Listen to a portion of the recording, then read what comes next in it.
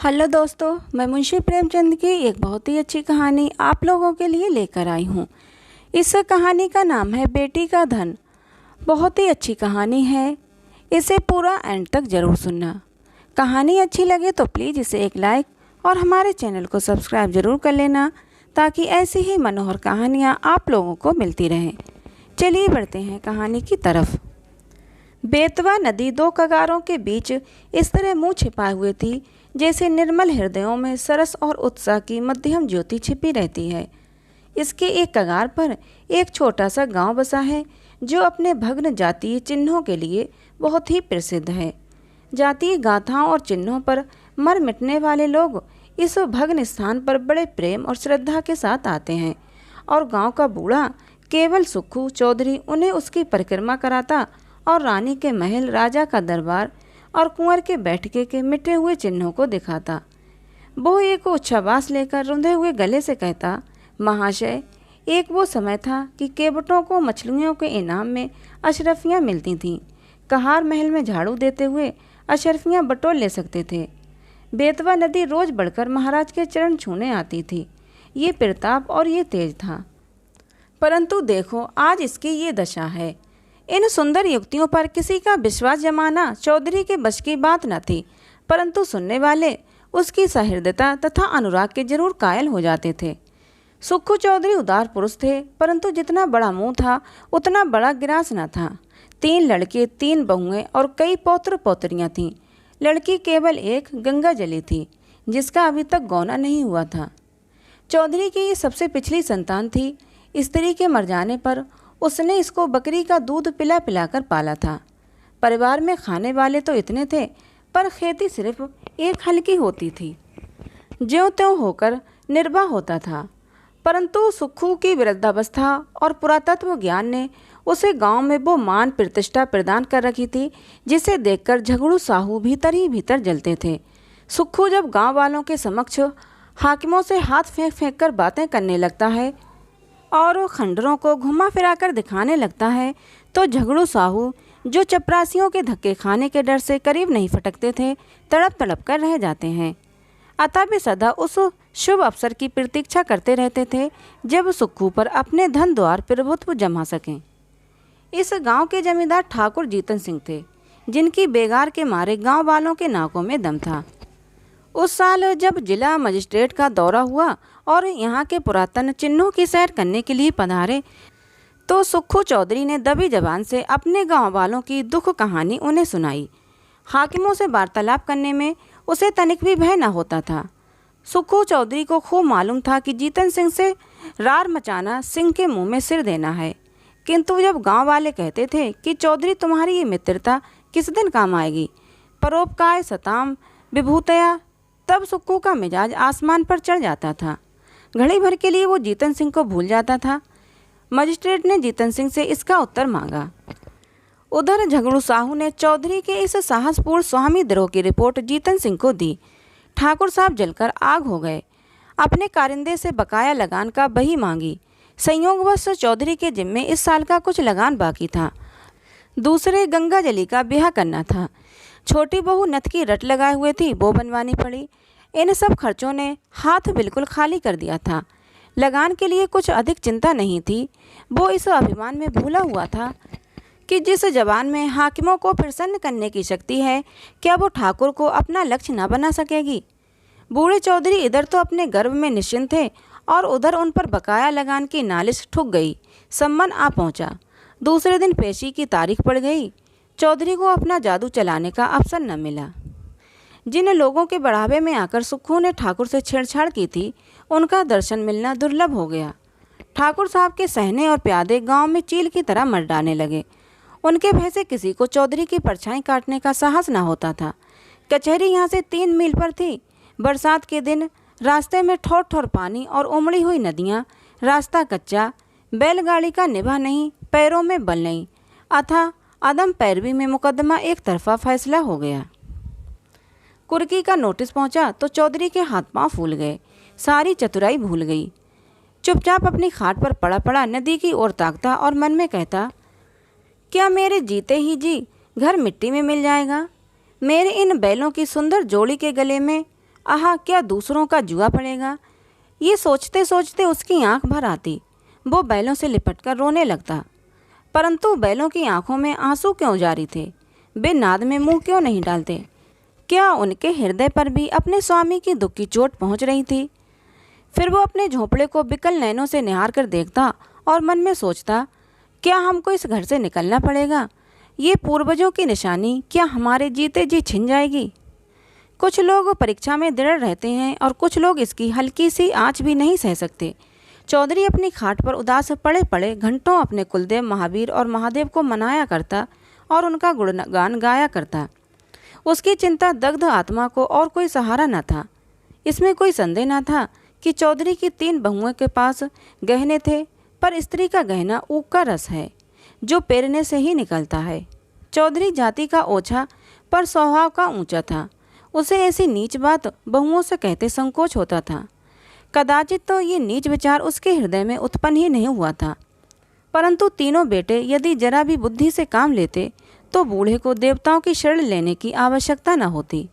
परंतु यहाँ तो बात ही निराली थी। बड़े लड़के को घाट के काम से फुर्सत न थी। बाकी 2 लड़के इस जटिल प्रश्न को विचित्र रूप से हल करने के मंसूबे बांध रहे थे। मंझले झींगुर ने मुंह बनाकर कहा, इस गांव में क्या धरा है? जहां भी कमाऊंगा वहीं खाऊंगा, पर जीतन सिंह की मूछें एक एक करके चुन लूंगा। छोटे फक्कड़ ऐंठ कर बोले, मूछें तुम चुन लेना, नाक मैं उड़ा दूंगा, नकटा बना घूमेगा। इस पर दोनों खूब हंसे और मछली मारने चल दिए। इस गांव में एक बूढ़े ब्राह्मण भी रहते थे। मंदिर में पूजा करते और नित्य अपने यजमानों को दर्शन देने नदी पार जाते, पर खेबे के पैसे न देते। तीसरे दिन वो जमींदार के गुप्तचरों की आंख बचाकर सुक्खू के पास आए और सहानुभूति के स्वर में बोले, चौधरी, कल ही तक की म्याद है और तुम अभी तक पड़े पड़े सो रहे हो।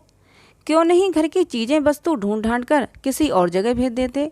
ना हो समधियाने पटवा दो, जो कुछ बचा रहे वही सही। घर की मिट्टी खोदकर थोड़ी ही कोई ले जाएगा। चौधरी लेटा था उठ बैठा और आकाश की ओर निहार कर बोला, जो कुछ उसकी इच्छा है होगा, मुझसे ये जाल ना होगा। इधर कई दिन की निरंतर भक्ति उपासना के कारण चौधरी का मन शुद्ध और पवित्र हो गया था। उसे छल प्रपंच से घृणा उत्पन्न हो गई थी। पंडित जी इस काम में सिद्धहस्त थे, लज्जित हो गए। परंतु चौधरी के घर के अन्य लोगों को ईश्वर इच्छा पर इतना भरोसा न था। धीरे धीरे घर के बर्तन भाड़े खिसकाए जाते थे। अनाज का एक दाना भी घर में न रहने पाया। रात को नाव लदी हुई जाती और उधर से खाली लौटती थी। 3 दिन तक घर में चूल्हा न जला। बूढ़े चौधरी के मुंह में अन्न की कौन कहे, पानी की एक बूंद भी न पड़ी। स्त्रियां भाड़ से चने भुनाकर चबाती और लड़के मछलियां भून भून कर उड़ाते। परंतु बूढ़े की इस एकादशी में यदि कोई शरीक था तो वो उसकी बेटी गंगा जली थी। वो बेचारी अपने बूढ़े बाप को चारपाई पर निर्जल झटपटाते देख देख कर बिलक बिलक कर रोती।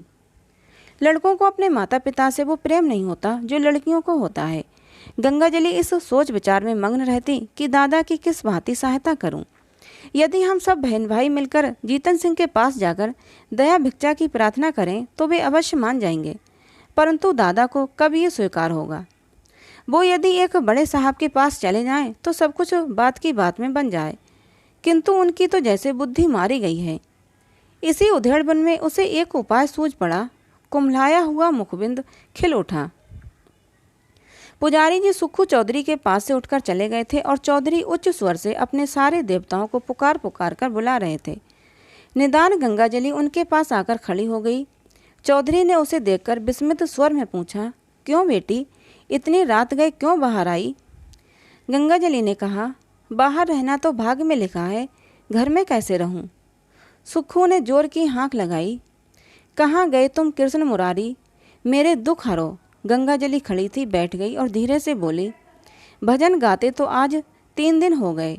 घर बचाने का कुछ उपाय सोचा कि इसे यूं ही मिट्टी में मिला दोगे? हम लोगों को क्या पेड़ तले रखोगे?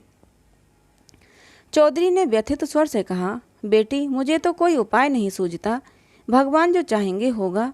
बेग चलो गिरधर गोपाल, काहे विलंब करो। गंगाजली ने कहा, मैंने एक उपाय सोचा है, कहो तो कहूँ। चौधरी उठकर बैठ गए और पूछा, कौन उपाय है बेटी? गंगाजली ने कहा, मेरे गहने झगड़ू साहू के यहाँ गिरवी रख दो, मैंने जोड़ लिया है, देने भर के रुपये हो जाएंगे। चौधरी ने ठंडी सांस लेकर कहा, बेटी तुमको मुझसे ये कहते लाज नहीं आती? वेद शास्त्र में मुझे तुम्हारे गांव के कुएं का पानी पीना भी मना है, तुम्हारी देवड़ी में पैर रखने का निषेध है।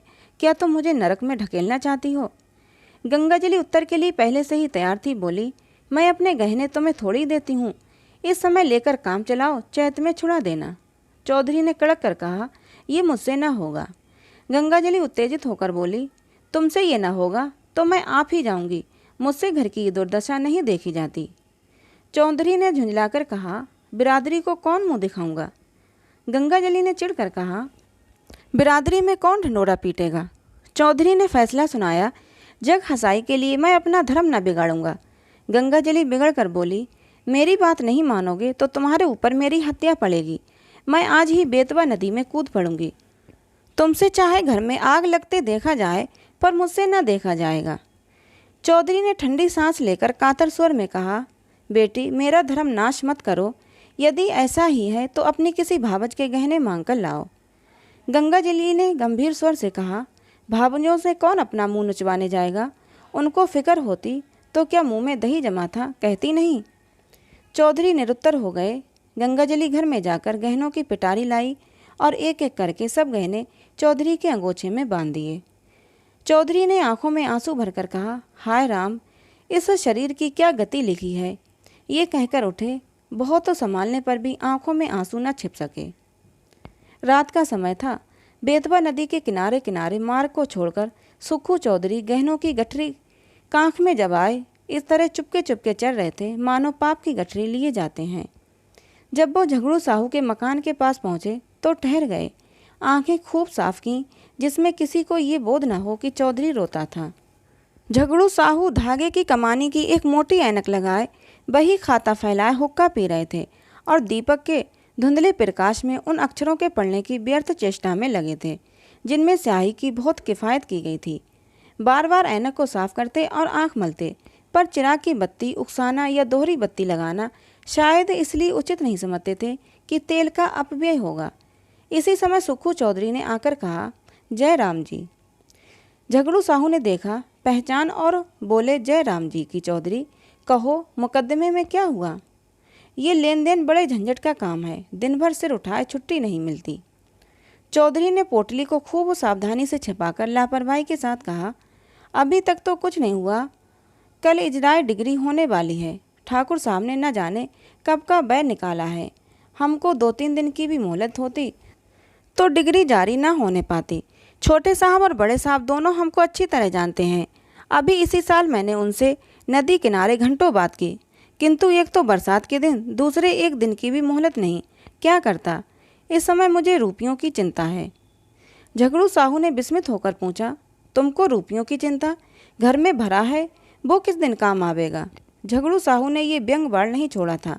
वास्तव में उन्हें और सारे गांव को विश्वास था कि चौधरी के घर में लक्ष्मी महारानी का अखंड राज है।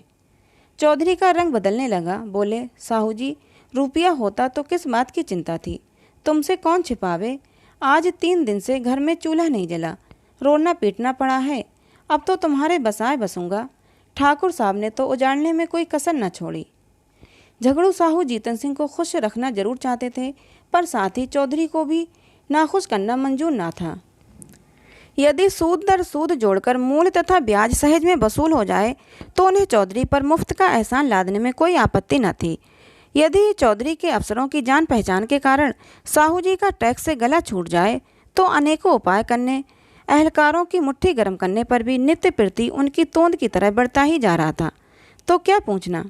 बोले, क्या कहें चौधरी जी, खर्च के मारे आजकल हम भी तबाह हैं। लेहने वसूल नहीं होते, टैक्स का रुपया देना पड़ा, हाथ बिल्कुल खाली हो गया। तुम्हें कितना रुपया चाहिए? चौधरी ने कहा, 100 रुपये की डिग्री है, खर्च वर्च मिलाकर 200 के लगभग समझो। चौधरी अब अपने दाव खेलने लगे। पूछा, तुम्हारे लड़कों ने तुम्हारी कुछ भी मदद ना की?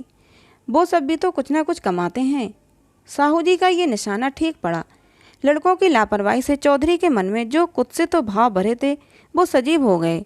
बोला, भाई लड़के किसी काम के होते तो ये दिन क्यों देखना पड़ता। उन्हें तो अपने भोग विलास से मतलब, घर गृहस्थी का बोझ मेरे सिर पर है। मैं इसे जैसे चाहूँ संभालूं। उनसे कुछ सरोकार नहीं, मरते दम भी गला नहीं छूटता। मरूंगा तो सब खाल में भूसा भरवा कर रख छोड़ेंगे। गृह कारज नाना जंजाला। झगड़ू ने दूसरा तीर मारा, क्या बहुओं से भी कुछ न बन पड़ा? चौधरी ने उत्तर दिया, बहू बेटे सब अपनी अपनी मौज में मस्त हैं। मैं 3 दिन तक द्वार पर बिना अन्न जल के पड़ा था। किसी ने बात तक न पूछी। कहाँ की सलाह, कहाँ की बातचीत।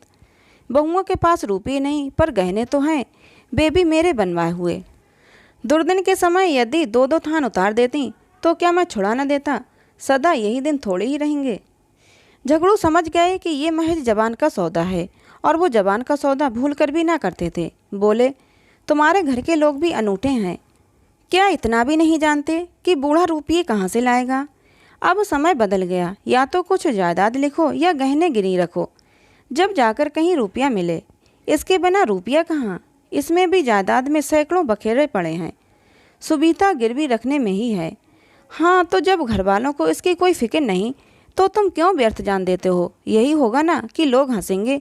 ये लाज कहाँ तक निभाओगे? चौधरी ने अत्यंत विनीत होकर कहा, साहजी, ये लाज तो मारे डालती है। तुमसे क्या छिपा है? एक दिन था कि हमारे दादा बाबा महाराज की सवारी के साथ चलते थे, और अब एक दिन ये है कि घर की दीवार तक बिकने की नौबत आ गई है। कहीं मुंह दिखाने को भी जी नहीं चाहता। ये लोग गहनों की पोटली, यदि लोक लाज न होती तो इसे लेकर कभी यहाँ ना आता, परंतु ये अधर्म इसी लाज के निभाने के कारण करना पड़ा है। झगड़ू साहू ने आश्चर्य में होकर पूछा, ये गहने किसके हैं? चौधरी ने सिर झुकाकर बड़ी कठिनता से कहा, मेरी बेटी गंगा जली के। झगड़ू साहू विस्मित हो गए, बोले, अरे राम राम। चौधरी ने कातर स्वर में कहा, डूब मरने को जी चाहता है। झगड़ू ने बड़ी धार्मिकता के साथ स्थिर होकर कहा, शास्त्र में बेटी के गांव का पेड़ देखना मना है। चौधरी ने दीर्घ निश्वास छोड़कर करुणा स्वर में कहा, न जाने नारायण कब मौत देंगे। भाई जी, 3 लड़कियां बिहाई, कभी भूल कर भी उनके द्वार का मुंह नहीं देखा। परमात्मा ने अब तक तो टेक निभाई है, पर अब न जाने मिट्टी की क्या दुर्दशा होने वाली है। झगड़ू साहू लेखा जो बख्शीश के 100 के सिद्धांत पर चलते थे। सूद की एक कौड़ी भी छोड़ना उनके लिए हराम था। यदि महीने का एक दिन भी लग जाता तो पूरे महीने का सूद वसूल कर लेते, परंतु नवरात्र में नित्य दुर्गा पाठ करवाते थे। पितृ पक्ष में रोज ब्राह्मणों को सीधा बांटते थे। बनियों की धर्म में बड़ी निष्ठा होती है। झगड़ू साहू के द्वार पर साल में एक बार भागवत पाठ अवश्य होता। यदि कोई दीन ब्राह्मण लड़की ब्याहने के लिए उनके सामने हाथ पसारता तो वो खाली हाथ न लौटता।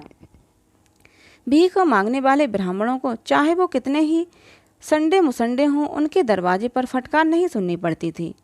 उनके धर्मशास्त्र में कन्या के गांव के कुएं का पानी पीने से प्यासा मर जाना अच्छा था। वो स्वयं इस सिद्धांत के भक्त थे, और इस सिद्धांत के अन्य पक्षपाती उनके लिए महामान्य देवता था। वे पिघल गए। मन में सोचा, ये मनुष्य तो कभी ओछे विचारों को मन में नहीं लाया। निर्दय काल की ठोकर से अधर्म मार्ग पर उतर आया है, तो उसके धर्म की रक्षा करना हमारा कर्तव्य धर्म है। ये विचार मन में आते ही झगड़ू साहू गद्दी से मनसद के सहारे उठ बैठे और दृढ़ स्वर से कहा, वही परमात्मा जिसने अब तक तुम्हारी टेक निभाई है, अब भी निभाएगा। लड़की के गहने लड़की को दे दो। लड़की जैसी तुम्हारी है वैसी ही मेरी भी है। ये लो रुपये, आज काम चलाओ, जब हाथ में आ जाए तो दे देना। चौधरी पर इस सहानुभूति का गहरा असर पड़ा। वो जोर जोर से रोने लगा। उसे अपनी भावों की धुन में कृष्ण भगवान की मोहिनी मूर्ति सामने विराजमान दिखाई दी। वही झगड़ू जो सारे गांव में बदनाम था, जिसकी खुद कई बार हाकिमों से शिकायत की थी, आज साक्षात देवता जान पड़ता था। रुंधे हुए कंठ से गदगद हो बोला, झगड़ू, तुमने इस समय मेरी बात, मेरी लाज, मेरा धर्म, कहाँ तक कहूँ, मेरा सब कुछ रख लिया। मेरी डूबती नाव पार लगा दी। कृष्ण मुरारी तुम्हारे इस उपकार का फल देंगे, और मैं तो तुम्हारा गुण जब तक जीऊँगा गाता रहूँगा। तो दोस्तों, अभी आपने सुनी मुंशी प्रेमचंद की कहानी बेटी का धन। मुंशी जी की ये कहानी हमें आत्मीयता और सहानुभूति का गहरा मतलब समझाती है। साहूकार, जो चौधरी को हमेशा अपना दुश्मन समझता था और नीचा दिखाना चाहता था, उसने भी बेटी के गहने से जुड़े जज्बातों की बात आने पर चौधरी का दर्द समझा और उसकी मदद की। दूसरा, बेटियां जिन्हें पराया धन मान लिया जाता है, उन्हें अपने माता पिता की कितनी परवाह होती है। चौधरी के बेटे जहां बेफिक्र होकर अपनी अपनी ज़िंदगी आराम से जी रहे थे, तब गंगाजली का मन अपने पिता की बेबसी पर बेचैन हो रहा था और उसने एक पल में अपने सारे गहने निकाल कर दे दिया। सच में बेटियां कितनी महान, कितनी प्यारी होती हैं। किसी ने सच ही कहा है, बेटे अगर भाग्य से मिलते हैं तो बेटियां सौभाग्य से मिलती हैं। दोस्तों, ये कहानी आपको कैसी लगी कमेंट में ज़रूर बताना। अच्छी लगी हो तो प्लीज़ एक लाइक और हमारे चैनल को सब्सक्राइब जरूर कर लेना।